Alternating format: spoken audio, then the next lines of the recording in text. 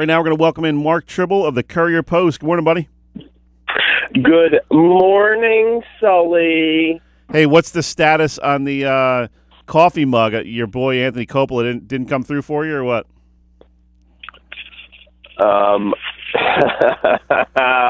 Unconfirmed reports, Sully, but the mug is still on the loose. It's still on the loose. I left it at Rancocas Valley last week, and Williamstown was some of Williamstown supporters were polite enough to pick it up for me. I hoped Anthony could scoop it last night. As Millville played down there, and he was covering it, but I have yet to get a confirmation report per se. Coppola, it's man, just can't count on that guy. Your words, not mine, Sully. But you're not. Right now, you're not getting a disagreement out of me. Former colleague of mine at the Daily Journal, so I can afford to give him a little bit of a ribbing. He's the best, man. It's great to have him back. He covers news mostly for the Daily Journal down in Vineland, but it's great to have him covering football in the fall. I always look forward to reading his stuff. I wish he was covering football all the time, and but he does a great job at news, so good for him. We might have to offer up some Glory Days T-shirts or something for the safe return of the coffee mug. Last I checked, I believe Williamstown's athletic director Ron Becker has it. Ron's always done a fine job down there, and please take care of the mug, Ron. Man, it's a mystery mug. I mean, that thing's bouncing all over the place. You might get it up in North Jersey eventually. Nick, that mug has been everywhere with me, and he's got an emotional attachment to it. Without question. It's kind of like that favorite possession. It's kind of like that favorite T-shirt from college. You wash it so many times, it's almost like silk. He probably has his initials engraved in it somewhere. If they ever do one of those behind-the-music type deals about the Hats Off Award, really what we're going to find is the true player in the background who made all this possible was the coffee mug and everything that was within the coffee mug. It's been a major role in my life, and I just want it back. Return safe and sound. So, Mark, during the break, we were talking a little bit about the male look, the male fashion, stuff like that, and I was commenting on Nick Costco's got that great 4-day beard a la Jason Statham thing going on. I'm a little bit jealous. I can't really get it to come in like that. No, me neither, man. It's hard for me to raise a beard, so I'm a little envious of it myself. Me and you, Sully, we have one thing in common, at least one thing. Hair is not our strong suit. Nah. So I think Nick will have to take the cake on that. Bald is cool these days, though. It's become a thing that's desirable for in the 25 plus male. I feel like Nick's still a young buck. He's still got all the hair and everything. I feel like I could rock the bald look as long as I still have the beard, but I'm not picturing myself bald for a very long time at least at this point. So I'm gonna knock on wood again like I did last night. Nick, please keep the hair for all of us out there who lack in that department. Hang on to it as long as you can. I'll keep it in spirit. Don't you worry. Hey, do it for us. Minnick was giving you a hard time about the caution orange range jacket, but you pulled it off, man. I got to say, the look was kind of like that. Hey, it's casual early season. We're not into championship mode yet, where you're breaking out the salmon pants and stuff like that. It was a nice kind of casual September look. Well, thank you, Sully. I try to brighten up the mood on these gray, rainy days with a little bit of orange. Kevin gives me a hard time, but that's all right, man. He jokes because he cares, and we go back a long way. I got a lot of love for Kevin, and it's good to have somebody who kind of busts my chops. If it's going to be anybody, I'm glad it's Kevin Minnick. He's earned that right. So, what are your thoughts on Friday Night Football? Pretty interesting week. I know pretty much all the big wigs were down there at St. Augustine with that game against St. Joe, but there were some other big games. We talked a little bit about Haddonfield and West Deptford with a big win. So what were your impressions of last night? I think in the first 2 weeks, things were pretty steady in terms of how we cobbled together the top 15 or the mean 15 for the Courier. One thing I said to you last week, I didn't think that there was as much known about this season. I still feel that way, but we finally had some hiccups from some of our ranked teams and some teams that made a fine case for getting in those rankings. I think West Deptford certainly beat Delsey.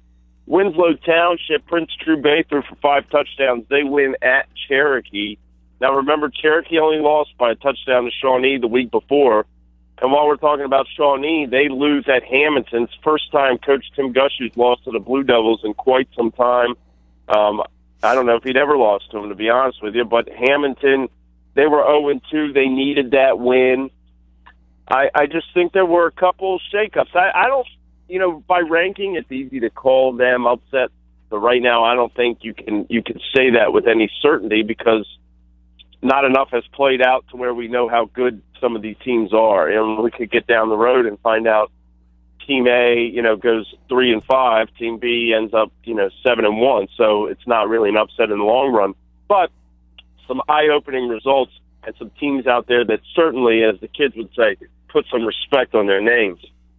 Prince Drew Bay, that's got to be one of the best names in the last 10 years in South Jersey.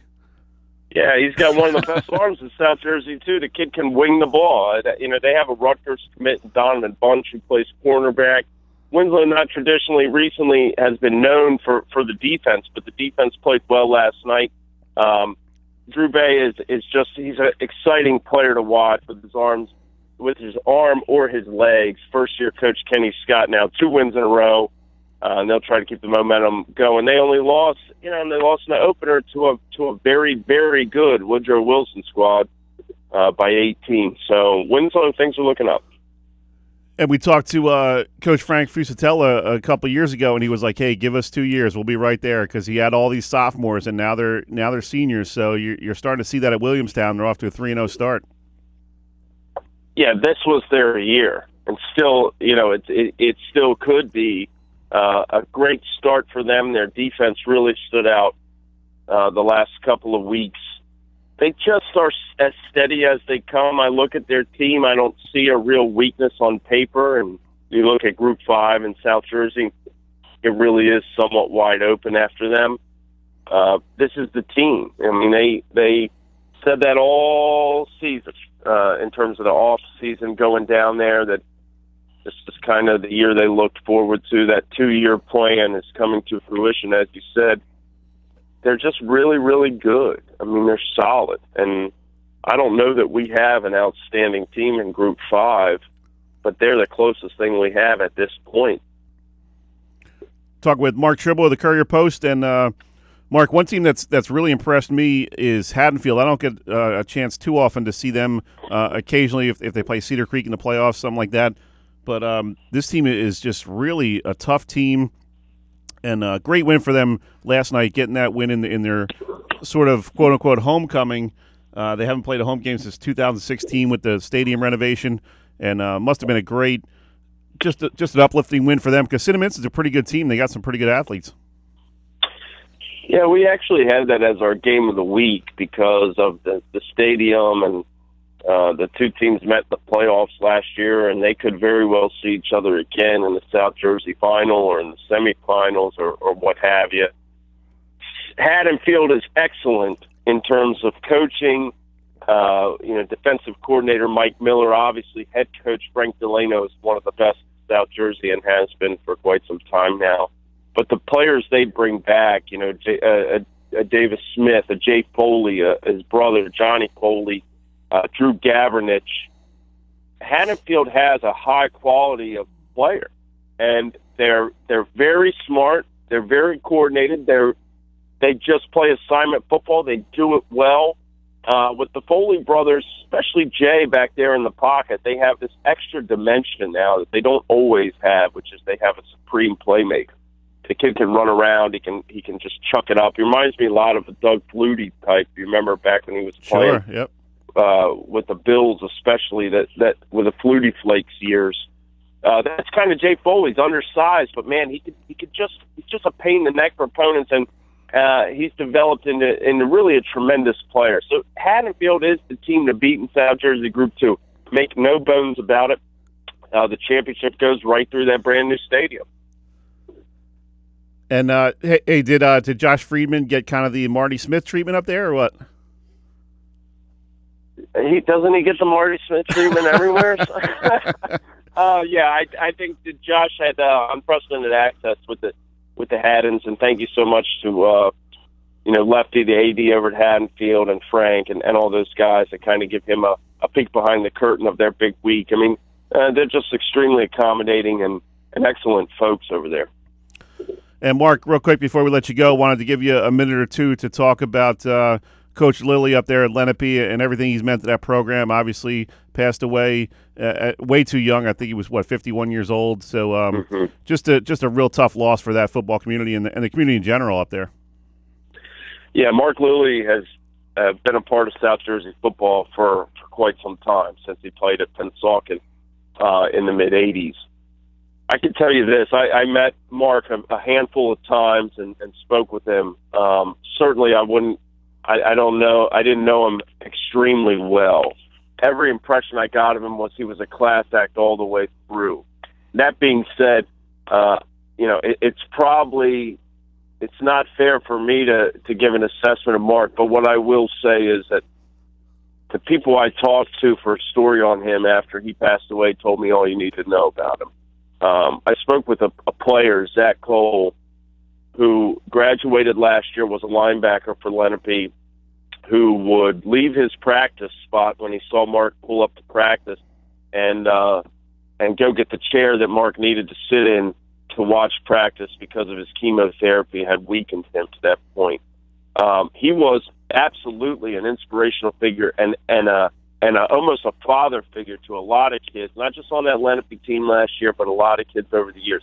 Zach Cole cried his eyes out on the phone, as well he should, just talking about the impact that Mark Lilly had on his life that had nothing to do with football. And I look around South Jersey, there are so many men who do so many things to help kids become young men. Mark Lilly was right there at the top of the list from by all accounts. So a true loss. My thoughts go out to his family, the Lenape family, Pennsauken, Bishop Eustace, Holy Cross, the places where he stopped along the way. And an emotional win for them last night. Coach Joe Wojciechowski gets his first win of his young career here last night against Vineland, 17-14. Xavier Coleman 2 touchdowns to kind of cap what's been an emotional week. So certainly, Sully, thoughts with the Lilly family and everybody who knew Mark. One last game ball for Coach Lil. Hats off, absolutely. Hats off, buddy. Great stuff as always, Mark. We appreciate it, and we'll catch up with you next week, buddy. All right, Sully. Be good, man. Thank you.